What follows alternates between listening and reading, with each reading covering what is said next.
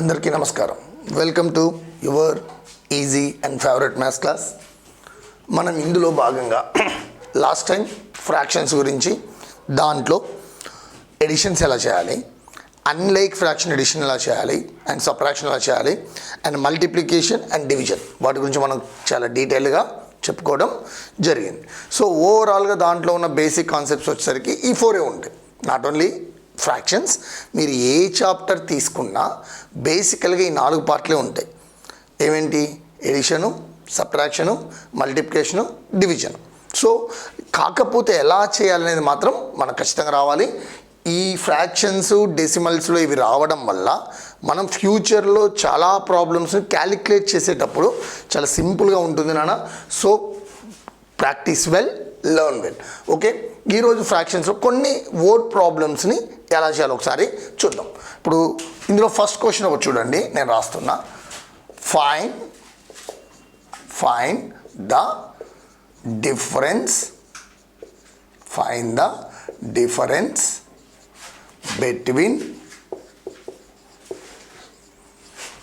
between the sum of 3/4 and 4/5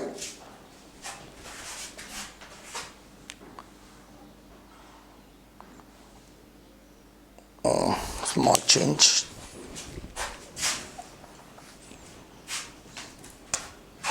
3/4, 4/5 and the product of 3/4 and simply 5/7. ఇది question.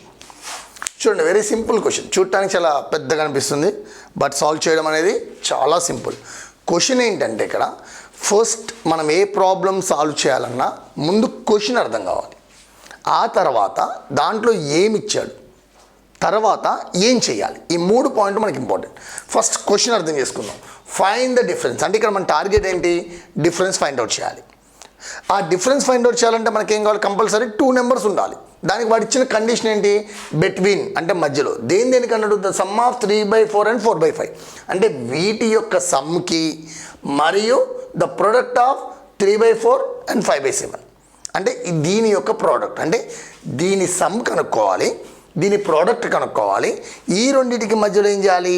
Difference find out చేయాలి. So first మనం ఏం చేద్దాం అంటే సొల్యూషన్లో దీన్ని కనుక్కుందాం. అంటే ఏం కనుక్కోవాలి? ద సమ్ ఆఫ్ ఏమేమి నెంబర్స్ ఉన్నాయి? 3/4 అండ్ 4/5. ముందు మనం సమ్ ఆఫ్ కనుక్కోవాలి. సో ఫస్ట్ 3/4 ప్లస్ సమ్ అన్నట్టు కాబట్టి ప్లస్ 4/5 వీటికి సమ్ కనుక్కోవాలి. వెంటనే మనం ఎక్కడికి వచ్చేయాలి? 4, 5 అంటే the denominator of the first fraction 4, the denominator of second fraction 5. కాబట్టి ఈ రెండింటికి ఏం చేయాలి? అన్లైక్ ఫ్రాక్షన్స్ ఇవి. సో డైరెక్ట్గా యాడ్ చేయడం కుదరదు. సో మనం ఏం చేయాలి? వీటికి ఎల్సిఎం చేయాలి. 4కి 5కి ఎల్సిఎం. సో 4 1 జా 4 and 5, 5 1 జా 1 1, that's equal to, so the over 4 × 5 is equal to 20. ఇక్కడ ఈ 2 నెంబర్లు కూడా ఏ కామన్ నెంబర్తో ఏ నెంబర్తో కామన్ మల్టిపుల్ కావు. అంటే ఏ నెంబర్లో ఏ టేబుల్లో డైరెక్ట్ 2 నెంబర్లు పోవు. అందుకే మనం ఇండివిజువల్ చేసాం. సో ఇప్పుడు మనకి ఇక్కడ ఏమొచ్చింది? ఎల్సిఎం 20 వచ్చింది. అంటే దాని అర్థం ఏంటంటే అసలు ఎల్సిఎం చేయడం వల్ల యూజ్ ఏంటి? రెండిటిలో కామన్ డినామినేటర్ అంటే ఇక్కడ ఒకే డినామినేటర్ ఉండాలి. అప్పుడే మనం ఏం చేయగలుగుతాం? ఎడిషన్ చేయగలుగుతాం. సో ఇక్కడ ఏం పెట్టాలి అంటే ఇక్కడ నువ్వు ఏ నెంబర్ ఉంటుందో ఇక్కడ ఆ నెంబరే ఉంటుంది. ఇప్పుడు ఫర్ ఎగ్జాంపుల్ ఇక్కడ 10 పెట్టావు, ఇక్కడ కూడా ఏమి ఉండాలి? 10 ఉండాలి. సో దానికోసం మనం ఏం చేస్తాం? మరి ఏ నెంబర్ పెట్టాలి, ఏది పెట్టాలనే విషయం మనకు తెలియదు కదా. దానికోసం ఏం చేసాం? మనం ఎల్సిఎం చేసాం. అంటే ఎంత వచ్చింది? నాకు 20 వచ్చింది. అంటే దాని మీనింగ్ ఏంటంటే ఈ ఫస్ట్ ఫ్రాక్షన్లో ఉన్న డినామినేటర్లో 20 ఉండాలి, సెకండ్ ఫ్రాక్షన్లో ఉన్న డినామినేటర్లో 20 ఉండాలి. అంటే ఇప్పుడు నా టాస్క్ ఏంటి? ఇక్కడ 4 ఉంది అంటే ఏమి ఉండాలి? నాకు 20 ఉండాలి. ఇప్పుడు ఈ 4 టేబుల్లో నాకు 20 కావాలంటే 4ని దేంతో మల్టిప్లై చేయాలి? దేంతో మల్టిప్లై చేస్తే 20 వస్తుంది. మీకు వెంటనే డౌట్ రావచ్చు, సార్ ఎందుకు మల్టిప్లై చేయాలి, ఎందుకు యాడ్ చేయకూడదు, ఎందుకు సబ్ట్రాక్ట్ చేయకూడదు అంటే ఆల్రెడీ మీకు నేను ఇంతకుముందు కాన్సెప్ట్ చెప్పామా, ఈక్వివలెంట్ ఫ్రాక్షన్స్ అంటే ఒక ఫ్రాక్షన్ వాల్యూ మారకుండా మనం చేంజ్ చేయాలి. ఏది చేసినా కూడా నువ్వు ఆ వాల్యూ అనేది మారకూడదు. నువ్వు ఎడిషన్ చేసినా సబ్ట్రాక్షన్ చేసినా ఆ ఫ్రాక్షన్ యొక్క వాల్యూ చేంజ్ అవుతుంది. అందుకే దాన్ని మనం కన్సిడర్ చెయ్యం. సో ఇంటూ చేసినప్పుడు ఏమవుతుందంటే according to rule of equivalent fractions the value of the fraction does not change. అందుకోసం మనం ఏం చేస్తున్నాం, ఇక్కడ మల్టిప్లై చేస్తున్నాం. ఏ నెంబర్ని మల్టిప్లై చేస్తున్నాం, 4ని. దేనికి మల్టిప్లై చేస్తున్నాం, 20 కోసం. సో అంటే 4 టేబుల్లో ఈ 20 ఎన్నిసార్లు పోతుంది. సో 4 1 జా 4, 4 2 జా 8, 4 3 జా 12, 4 4 జా 16, 4 5 జా 20. అంటే ఏంటి, ఈ నెంబర్ని 5తో మల్టిప్లై చేయాలి. అప్పుడు 4 5 జా 20 వచ్చిందా లేదా. ఈక్వివలెంట్ ఫ్రాక్షన్ ప్రకారం డినామినేటర్లో నువ్వు ఏ చేంజ్ చేస్తే న్యూమిరేటర్లో కూడా చేంజ్ చేయాలి. అందుకే డినామినేటర్లో 5తో మల్టిప్లై చేస్తాను కాబట్టి న్యూమిరేటర్లో కూడా 5తో మల్టిప్లై చేసా. ఇది అయిపోయింది, ఫస్ట్ ఫ్రాక్షన్ ఓవర్. ప్లస్కి ప్లస్. Next second fraction. ఇక్కడ కూడా సేమ్ కాన్సెప్ట్. ఇక్కడ ఏముంది, 5 ఉంది. నాకే నెంబర్ కావాలి, 20. 20 ఎందుకు తీసుకుంటున్నా, ఎల్సిఎం 20 వచ్చింది. ఇఫ్ సపోజ్ ఎల్సిఎం 40 వచ్చినప్పుడు నాకేం కావాలి, 40 కావాలి. సో ఇక్కడ ఎల్సిఎంలో ఏ నెంబర్ వస్తే మనం ఆ నెంబర్ని కన్సిడర్ చేయాలి. సో ఇప్పుడు ఇక్కడ 5 ఉంది, ఇక్కడ 20 వచ్చింది. 5 1 జా 5, 5 2 జా 10, 5 3 జా 15, 5 4 జా 20. సో ఇక్కడ 4 సేమ్ నెంబర్తో న్యూమిరేటర్లో కూడా మల్టిప్లై చేయాలి. సార్ ఎందుకు సేమ్ నెంబర్తోనే న్యూమిరేటర్ మల్టిప్లై చేయాలి అంటే నాన్న, మనకి ప్లేలిస్ట్లో ఈక్వివలెంట్ ఫ్రాక్షన్స్ అనే కాన్సెప్ట్ ఉంది నాన్న, ఒకసారి చూడండి, మీకు బాగా అర్థమవుతుంది. ఈ లెక్కలు ఈజీగా చేయగలుగుతారు. నెక్స్ట్ ఇక్కడ చూడండి. సో 3 5 జా 15 బై 4 5 జా 20 ప్లస్ 4 4 జా 16 బై 20. సో ఇప్పుడు చూడండి, రెండిట్లో కూడా ఫస్ట్ డినామినేటర్ ఏముంది, 20. సెకండ్ డినామినేటర్ ఏముంది, 20. అంటే రెండిట్లో సేమ్ డినామినేటర్ ఉంది. ఎప్పుడైతే రెండిట్లో సేమ్ డినామినేటర్ ఉంటుందో వాటిని ఏమంటాం మనం, లైక్ ఫ్రాక్షన్ అంటాం. కాబట్టి డైరెక్ట్ మనం యాడ్ చేసేయచ్చు. అంటే అప్పుడు ఎలా యాడ్ చేస్తాం, రెండిట్లో ఏ డినామినేటర్ ఉందో అది డైరెక్ట్గా డినామినేటర్ అయిపోతుంది. సో ఇప్పుడు న్యూమిరేటర్లో ఫస్ట్ ఏముంది, 15 ప్లస్ 16. యాడ్ చేస్తే ఏమవుతుంది, 31/20. అంటే సమ్ ఆఫ్ ద 3/4 అండ్ 4/5 ఎంత వచ్చింది నాకు, 31/20 వచ్చింది. సో దీని ఆన్సర్ ఎంత వచ్చింది మనకి ఇక్కడ, 31/20 వచ్చింది. 31/20. ఓకే, ఇప్పుడు సమ్ అయిపోయింది. నెక్స్ట్ ఏం కనుక్కోవాలి, ప్రోడక్ట్ కనుక్కోవాలి. సో ప్రోడక్ట్ ఆఫ్ దేని కనుక్కోమన్నాడు, 3/4 ఇంటూ 5/7. సో దీన్ని ఎలా సాల్వ్ చేయాలి, ఫస్ట్ సో 3/4 ప్రోడక్ట్ ఇంటూ 5/7. ఈ మల్టిప్లికేషన్ చేసేటప్పుడు లైక్ అన్లైక్ ఏం సంబంధం లేదు. న్యూమిరేటర్ మల్టిప్లై చేయాలి, డినామినేటర్ మల్టిప్లై. అంటే న్యూమిరేటర్ ఏంటి, 3 ఇంటూ 5/4 ఇంటూ 7. సో 3 5 జా 15/28 అయిపోయింది, ప్రోడక్ట్ అయిపోయింది. ఇప్పుడు మన సమ్ అయిపోయింది, ప్రోడక్ట్ అయిపోయింది. ఇప్పుడు ఏం కనుక్కోవాలి మనం, క్వశ్చన్లోకి వద్దాం. Difference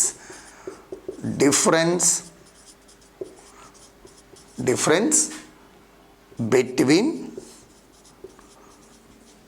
some and product. అంటే ఇక్కడ ఇచ్చింది, నేను సింపుల్గా రాస్తున్నానా, according to I don't have a much place. మరి ఇప్పుడు ఇక్కడ పెద్ద సమస్య. సో 2 వచ్చినాయి, ఇక్కడ ఒక ఫ్రాక్షన్ వచ్చింది, ఇక్కడ ఒక ఫ్రాక్షన్ వచ్చింది. డిఫరెన్స్ అన్నప్పుడు ఖచ్చితంగా 2 నెంబర్స్ ఉండాలని చెప్పా కదా. మరి ఈ ఫ్రాక్షన్లోంచి దీన్ని సబ్ట్రాక్ట్ చేయాలా, దీంట్లోంచి దీన్ని సబ్ట్రాక్ట్ చేయాలా, ఇది ఇంపార్టెంట్ క్వశ్చన్. ఎడిషన్లో మల్టిప్లికేషన్లో ఆర్డర్ అనేది ఇంపార్టెంట్ లేదు. నువ్వు ఫస్ట్ ది సెకండ్ అంటే ఫస్ట్ దీన్ని రాసి దీన్ని సెకండ్ రాసినా ఏం కాదు. రివర్స్ అంటే 2 + 3 దాన్ని 3 + 2 అంటే ఆర్డర్తో సంబంధం లేదు ఎందులో, ఎడిషన్లో అండ్ మల్టిప్లికేషన్. బట్ సబ్ట్రాక్షన్లో ఆర్డర్ వెరీ ఇంపార్టెంట్. ఆర్డర్ మారితే ఆన్సర్ తప్పు వస్తుంది. మరి ఇక్కడ ఏ ఆర్డర్లో మనం సబ్ట్రాక్ట్ చేయాలి, క్వశ్చన్లోకి వద్దాం. ఫైండ్ ద డిఫరెన్స్ బిట్వీన్ అంటే డిఫరెన్స్ కనుక్కోమన్నాడు. ఫస్ట్ ఏముంది ఇక్కడ, సమ్. కాబట్టి ఏం రాయాలి, ఫస్ట్ దీన్ని రాయాలి. దీని ఆన్సర్ ఎంత, 31/20 minus product 15/28. So again minus ఉంది, అంటే ముందు వీటిని ఎలా మార్చాలి, లైక్ ఫ్రాక్షన్స్లోకి మార్చాలి. లైక్ ఫ్రాక్షన్లోకి మార్చాలంటే ఏం చెప్పుకున్నాం మనం, ముందు ఎల్సిఎం చేయాలి. 20, 28. సో 2 టేబుల్ అవుతాయి, 5, 7. సో సింపుల్, ఇంకేం లేవు కాబట్టి 5 1 జా 7, 7కి 1 1. సో 4 × 5 × 7, 4 5 జా 20, 27 జా 140. అంటే ఎల్సిఎం ఎంత వచ్చింది నాకు, 140 వచ్చింది.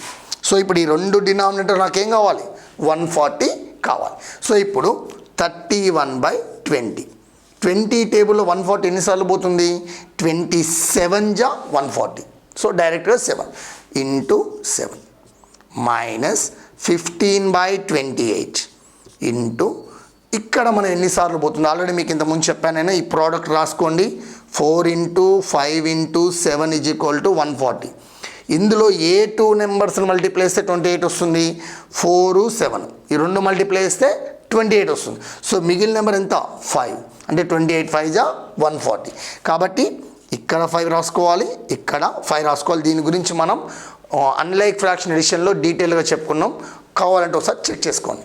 సో 31 7 జా 7, 7 3 జా 217/140 మైనస్ 15 5 జా 70/140. రెండు కూడా సేమ్ ఉన్నాయి నాన్న. సో 140 కిందే ఉంటుంది, 217 మైనస్ 75. సబ్ట్రాక్ట్ చేస్తే 7 నుంచి 5 పోతే 2, 11 నుంచి 7 పోతే 4, 1, 142/140. This should be the answer for the question. చూడటానికి పెద్దగా అనిపిస్తుంది, ఇవి క్యాలిక్యులేషన్స్ కనుక వస్తే వెరీ ఈజీ ప్రాబ్లం నాన్న. కాకపోతే ఏంటంటే ఇవి ఏ ప్రాబ్లం సాల్వ్ చేయాలన్నా కూడా ఖచ్చితంగా అన్లైక్ ఫ్రాక్షన్ ఎడిషన్ రావాలి, అన్లైక్ ఫ్రాక్షన్ సబ్ట్రాక్షన్ రావాలి, ఫ్రాక్షన్ మల్టిప్లికేషన్స్ రావాలి. అవి రాకుండా ఈ ప్రాబ్లం సాల్వ్ చేయడం అనేది చాలా కష్టం. సో వీటిని ఒకసారి చూడండి. మళ్ళీ చెప్తున్నా, ఇది 6th 7th 8th and 9th 4 క్లాసులకి ఈ ప్రాబ్లం ఉపయోగపడుతుంది. అంటే బోర్డు ఇప్పుడు రేపు వచ్చే ఎగ్జామ్లో 4 క్లాసులకి ఈ మోడల్ ప్రాబ్లమ్స్ అడుగుతుంటాడు. So you take care about the problem, once check it. ఓకేనా, ఈ ప్రాబ్లం చూడండి. Find the product of 2/3 and the reciprocal of 9/15. So ఇక్కడ మనం ఏం లేదు, జస్ట్ ఏం కనుక్కోమన్నాడు, ప్రోడక్ట్ కనుక్కోమన్నాడు. దేని కనుక్కోమన్నాడు, 2/3 అంటే ఒక ఫ్రాక్షన్ 2/3. బట్ రెండో ఫ్రాక్షన్ దగ్గరికి వస్తే రెసిప్రోకల్ ఆఫ్ 9/15 ఇక్కడ ఇంపార్టెంట్. సో ఫస్ట్ మనం ఇక్కడ ఏం చేయాలి, రెసిప్రోకల్ అన్నారు కాబట్టి ఫస్ట్ దాన్ని రాసుకుందాం. So what is that, the reciprocal of 9/15 is equal to, reciprocal అంటే ఏం లేదు, the numerator is converted into denominator and vice versa. అంటే డినామినేటర్ ఏమో న్యూమినేటర్లోకి వెళ్తుంది, న్యూమినేటర్ ఏమో డినామినేటర్. అంటే 15/9. ఇది ఎక్కడంటే డివిజన్లో మనం చెప్పుకున్నాం. So that's the mean. Next ఏం కనుక్కోమన్నాడు, ప్రోడక్ట్.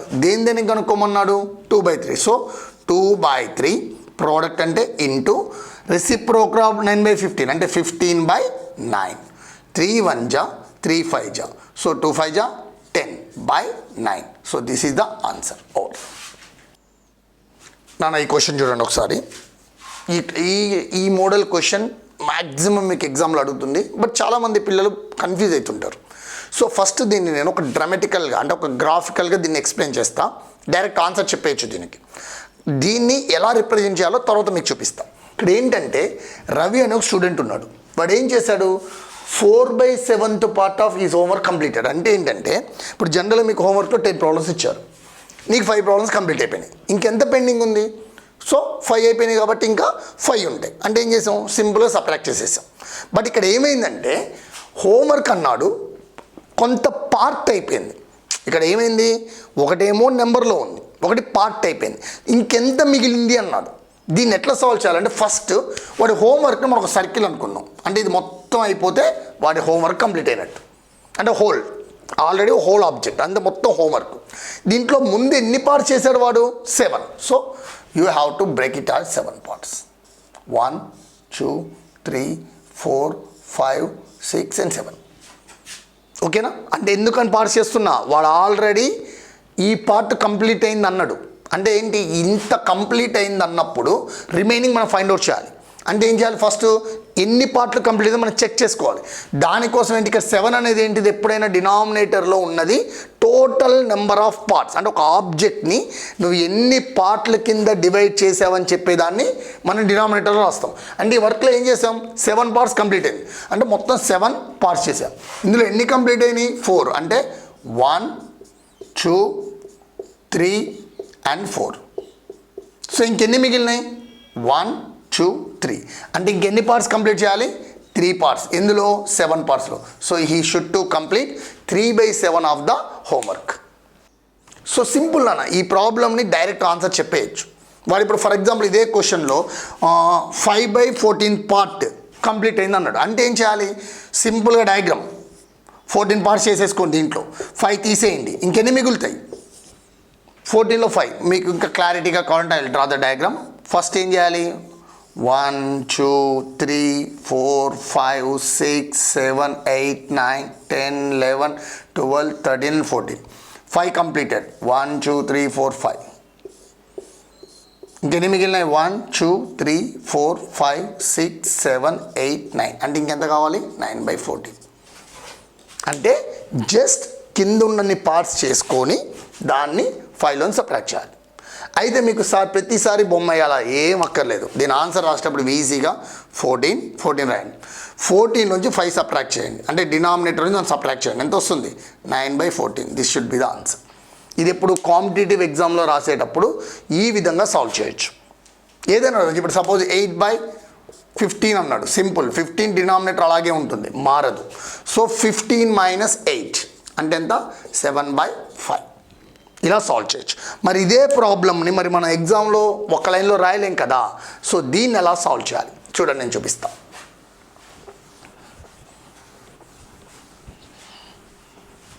రైట్, ఇక్కడ చూడండి, దీని సొల్యూషన్ చూడండి. ఒక్కసారి మొత్తం డయాగ్రామ్ వేస్తున్నానా మీకు క్లారిటీ కోసం.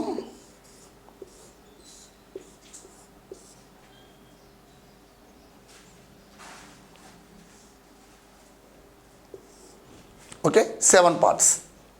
ఇప్పుడు చూడండి, ఇది మొత్తం ఏంటి, ఒక object, total object. Whole object అంటే ఏమనుకున్నాం మనం, 1 అనుకున్నాం. First Ravi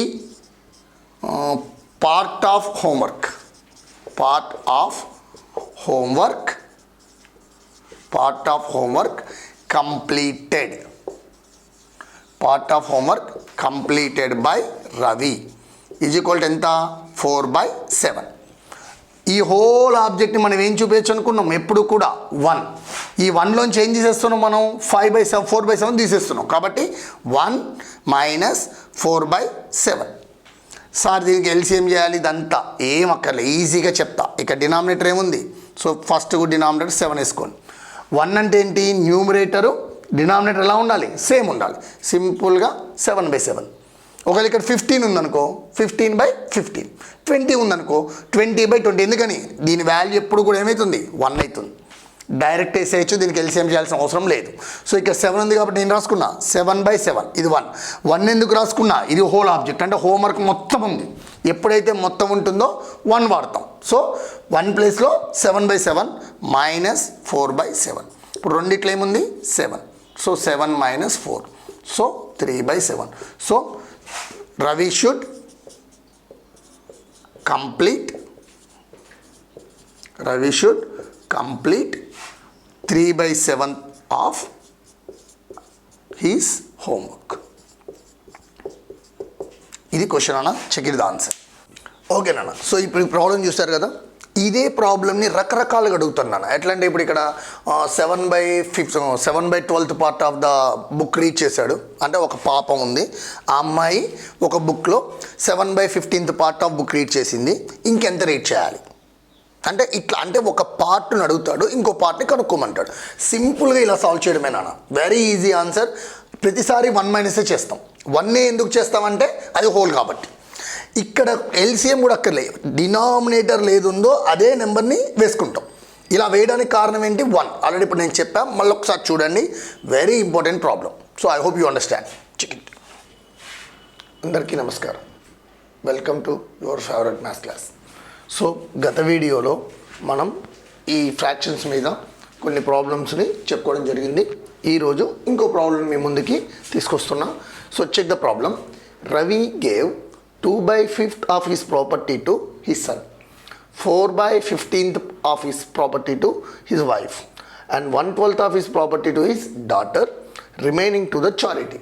So what part of the fraction he gave to the charity? This is the question. ఇంతకుముందు మనం లాస్ట్ క్లాస్లో హోంవర్క్ మీద ఒక లెక్క చెప్పుకున్నాం. అంటే 4/7 పార్ట్ ఆఫ్ హోంవర్క్ కంప్లీట్ అయితే రిమైనింగ్ హోంవర్క్ ఎంత, దానికి మనం ఏం చెప్పుకున్నాం అంటే డినామినేటర్లో ఎంత ఉంటే, ఇప్పుడు ఫర్ ఎగ్జాంపుల్ ఆ ప్రాబ్లం ఒక్కసారి మనం రిమైండ్ చేద్దాం అన్న. ఇప్పుడు 5/7 ఏం చేసాం, ఫస్ట్ దీన్ని 7 ఈక్వల్ పార్ట్స్ చేసాం. ఇలా చేసి అందులో ఏం చేసాం, 5ని క్లోజ్ చేసేసాం. ఇంకెన్ని మిగిలినాయి, 2 parts. So he need to complete 2 parts అనే దాన్ని మనం చెప్పుకోవడం జరిగింది. అయితే ఇక్కడ కూడా సేమ్ కాన్సెప్ట్నే వాడతాం. మరి ఏంటంటే ప్రాబ్లం, అక్కడ ఒకటే ఫ్రాక్షన్ ఉంది, డైరెక్ట్ ఆ డినామినేటర్ సింగిల్ ఉండడం వల్ల మనం ఈజీగా చేయగలిగాం. కానీ ఈ ప్రాబ్లం కనుక వస్తే 3 ఫ్రాక్షన్స్ ఉన్నాయి, 3 కూడా డిఫరెంట్ ఫ్రాక్షన్స్ ఉన్నాయి, అండ్ మీన్స్ అన్లైక్ ఫ్రాక్షన్స్ ఉన్నాయి. ఇలా ఇచ్చినప్పుడు ఈ క్వశ్చన్ని ఎలా సాల్వ్ చేయాలి, ఫస్ట్ ఇచ్చింది రాద్దాం. ప్రాపర్టీ టు సన్ సింపుల్గా రాస్తున్నాను. యాక్చువల్గా మీరు స్టెప్ నీట్గా రాయాలి. ఏమని రాయాలి, the part of fraction, the part of his the fraction of the property given to his son is equal 2/5 అలా రాయాలి. బట్ ఏంటంటే నాకు ఇక్కడ స్పేస్ తక్కువగా ఉండడం వల్ల నేను డైరెక్ట్ సన్ అని మెన్షన్ చేస్తున్నా.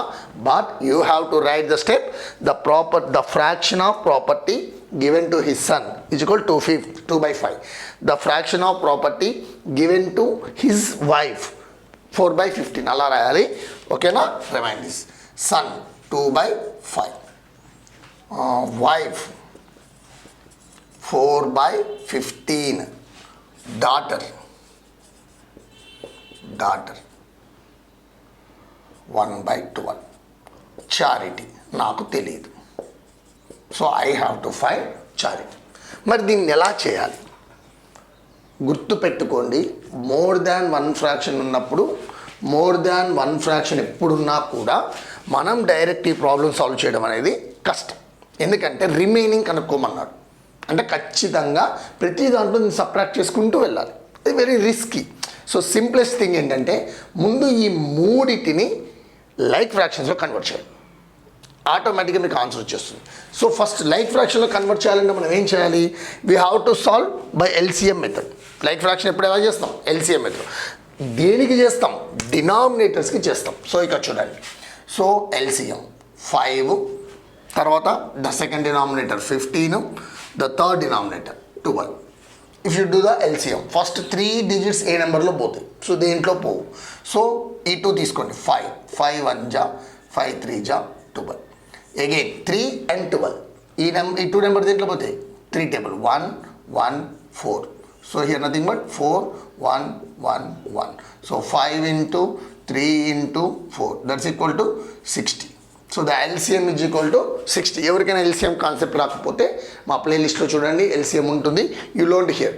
అక్కడ ఎల్సిఎంలో డిఫరెంట్ మెథడ్స్లో ఎలా చేయాలో చెప్పడం జరిగింది. సో ఎవరైనా డౌట్ ఉన్న వాళ్ళు అవి చూడండి. ఇప్పుడు ఇక్కడ ఏం చేద్దామంటే, నేనేం చేయట్లేదు, లైక్ ఫ్రాక్షన్లోకి కన్వర్ట్ చేస్తున్నా. సో ఇప్పుడు ఇక్కడ ఏముంది, 5, ఇక్కడ ఎంత ఉంది, 60. 5 టేబుల్లో 60 ఎన్నిసార్లు పోతుంది. ఆల్రెడీ మీకు దానికి ఆ రోజు నేను చెప్పా. 5 ఒకటే ఉంది కాబట్టి రిమూవ్ చేయండి. ఇంకేం మిగిలింది, 3 into 4 అంటే ఎంత, 12. You can multiply the denominator and the numerator. 12 2 జా 24/60. ఇది ఎలా వస్తుంది అనేది కూడా మన ప్రీవియస్ క్లాసెస్లో చెప్పుకున్నానా ఎల్సిఎం చెప్పినప్పుడు. So you have to check it once in the addition of unlike fractions. అందులో దీని గురించి డీటెయిల్డ్గా చెప్పా, మీరు ఒకసారి అక్కడ చూడండి. ఇప్పుడు ఇక్కడ ఎంత ఉంది, 15 టేబుల్లో 60 ఎన్నిసార్లు పోతుంది. ఎందుకు 15 టేబుల్లో 60 చూస్తున్నాం అనేది కూడా అక్కడ చెప్పడం జరిగింది. So take it. మళ్ళీ అంతా చెప్పాలంటే it take more time. So నేను డైరెక్ట్ చెప్తున్నా. 15 4 4, సో 16/60. 1/12 into 5/5. సో 5/60. ఇప్పుడు చూడండి అన్నీ ఈక్వల్ పార్ట్స్ వచ్చేసినాయి. అంటే ఇక్కడ 60 ఉంది, ఇక్కడ 60 ఉంది, ఇక్కడ 60 ఉంది. ఇప్పుడు ఈ క్వశ్చన్ మనం అర్థం చేసుకోవడం చాలా ఈజీ. అంటే ఈయన ప్రాపర్టీలో 24/60 పార్ట్ ఏమో సన్కి ఇచ్చాడు, అంతే కదా. వైఫ్కి ఏమో 16/60 ఇచ్చాడు, డాటర్కి ఏమో 5/60 ఇచ్చాడు. అంటే చారిటీకి ఎంత ఇచ్చాడు, ఇది క్వశ్చన్. అంటే ఏంటి, ఫస్ట్ ఈయన ఆ ప్రాపర్టీని ఏం చేశాడు, 60 పార్ట్స్ చేశాడు. చేసిన తర్వాత అందులో ఫస్ట్ 20 ఎవరికి ఇచ్చేశాడు, సన్కి ఇచ్చేశాడు, 16 వైఫ్కి ఇచ్చేశాడు, తర్వాత 5 వాళ్ళ డాటర్కి ఇచ్చేశాడు, మిగిలినవి ఫైండ్ అవుట్ చేయమని. కాబట్టి ఫస్ట్ దీన్ని ఏం చేయాలి, మనం దీన్ని సాల్వింగ్ ఎట్లా చేయాలి, ఫస్ట్ వాళ్ళ ముగ్గురికి ఇచ్చింది ఎంతో చూద్దాం. సన్కి ప్లస్ వైఫ్కి ప్లస్ డాటర్కి, ఆయనకున్న దాంట్లో మొత్తం మీద ముగ్గురికి పనిచేశాడు కదా. ఎవరెవరికి ఎంత పంచాడు, ఒకటేమో 24/60 ప్లస్ 16/60 ప్లస్ 5/60. ఇప్పుడు దీన్ని మనం యాడ్ చేస్తే ఏమవుతుంది, 60, 24 plus 16 plus 5 that's equal to 45/60. అంటే ఈయనకున్న మొత్తం ప్రాపర్టీలో 45 పార్ట్స్, అంటే 60 పార్ట్స్లో 45 పార్ట్స్ వాళ్ళ సన్కి, వైఫ్కి, డాటర్కి కలిపి ఇచ్చేశారు.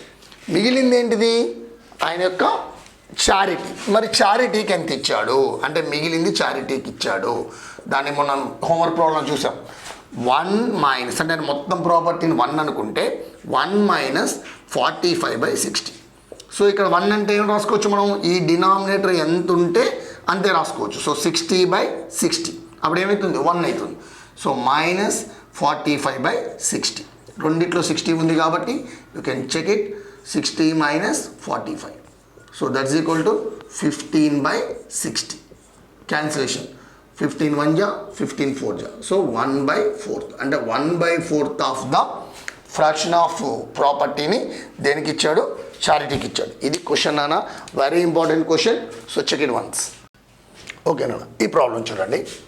Shiva earn 12,000 per month.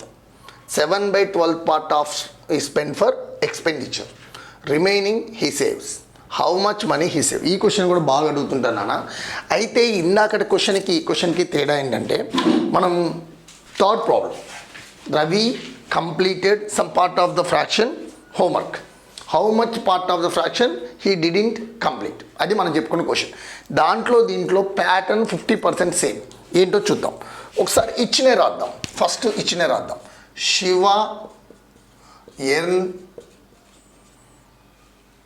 ₹12,000. ఓకేనా, ఫర్ ఎక్స్పెండిచర్. నేను స్టెప్స్ చాలా సింపుల్గా రాస్తున్నా, బట్ మీరు మొత్తం రాయాలి. ఫర్ ఎక్స్పెండిచర్ ఈజ్ ఈక్వల్ ఎంత పార్ట్, 7/12. మనం ఏం కనుక్కోవాలి, పార్ట్ ఫర్ సేవ్. సేవ్కి ఎంత పార్ట్ జరుగుతుంది, ఆల్రెడీ మనం చెప్పుకున్న దినాలు చేయాలో. మొత్తమైన ప్రాపర్టీని ఫస్ట్ 1 అనుకోండి.